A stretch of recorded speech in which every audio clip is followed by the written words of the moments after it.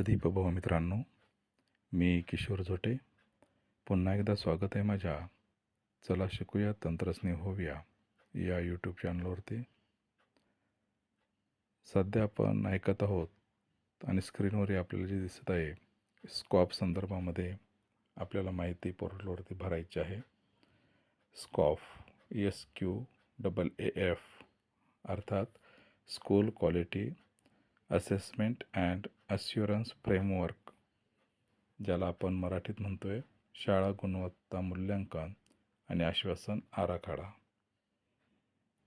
तर या व्हिडिओमध्ये आपण फक्त त्या पोर्टलची माहिती घेणार आहोत आणि पुढील व्हिडिओमध्ये आपण त्यांची शाळा नोंदणी आणि मानकं याबद्दल माहिती घेणार आहोत. तर या पोर्टलवर कसं जायचं त्याची थोडक्यात माहिती आपण या व्हिडिओमध्ये घेऊयात.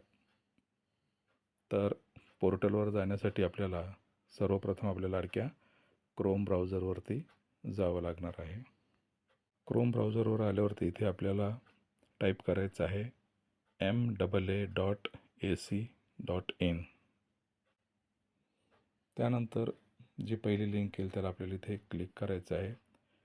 आपल्यासमोर राज्य शैक्षणिक संशोधन व प्रशिक्षण परिषद महाराष्ट्र अर्थात SCRTची साईट इथे ओपन होणार आहे. त्याला आपल्याला स्क्रॉल करायचं आहे. स्क्रॉल नंतर फ्लॅश मेसेजमध्ये जे इथे लिंक आहेत त्यामध्ये 3 नंबरची जी लिंक आहे न्यूमध्ये स्कॉफ, त्याला आपल्याला क्लिक करायचं आहे. इथे क्लिक केल्यानंतर या पद्धतीचं पेज आपलं ओपन होईल.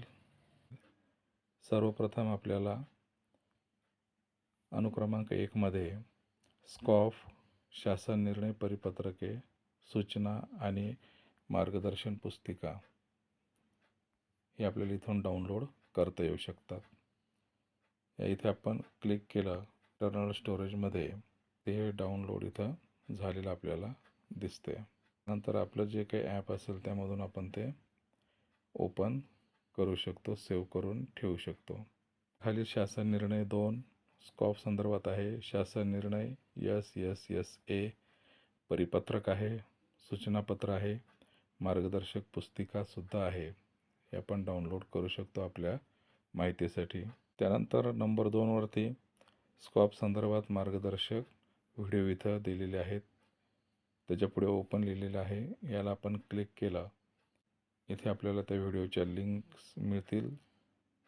त्या लिंक्सवरती क्लिक करून आपण ते व्हिडिओ बघू शकतो. ते किती मिनिटाचे आहेत हे जर आपल्याला बघायचं असेल तर इथे आपल्याला ही साईट जी आहे ती डेस्कटॉप करून घ्यायची आहे. डेस्कटॉप करून घेतल्यानंतर इथे आपल्याला त्याचा कालावधी किती मिनिटाचे आहेत ते सुद्धा इथे दिसते. ज्या व्हिडिओला आपण क्लिक करू, जो व्हिडिओ बघायचा आहे त्या लिंकला इथे आपण क्लिक करू शकतो आणि आपल्याला तो व्हिडिओ इथे सुरू होईल. असे एकंदरीत इथे 18 व्हिडिओ दिलेले आहेत, ते सुद्धा आपण इथे पाहू शकतो.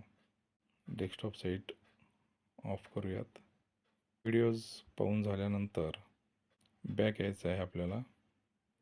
नंबर 3 वरती स्कॉफ स्वयंमूल्यांकनासाठी लिंक, जे आपल्याला लिंकवरती काम करायचं आहे त्याच्यासमोर ओपन शब्द लिहिले त्याला आपल्याला क्लिक करायचं आहे. नंतर आहे 4 स्कॉफ संदर्भातील साहित्य, संदर्भ साहित्य ते दिलेले आहेत.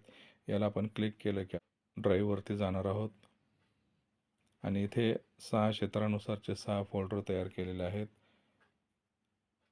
नंबर 1च्या फोल्डरला आपण क्लिक करून बघूयात. या पद्धतीने इथे संदर्भ साहित्य दिलेले आहे. जे साहित्य आपल्याला आवश्यक वाटेल ते इथून आपण डाउनलोड करू शकतो.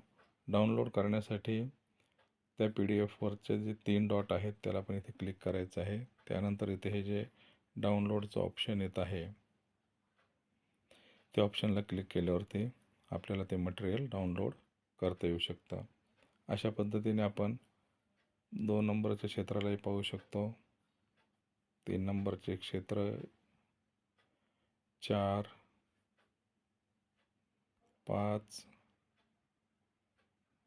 आणि 6. बऱ्याच वेळेस त्याच PDF आहेत जे आपल्याला आवश्यक वाटतात, त्या आपण संदर्भासाठी आपण आपल्या डाउनलोड करून आपल्या रेकॉर्डला ठेवू शकतो.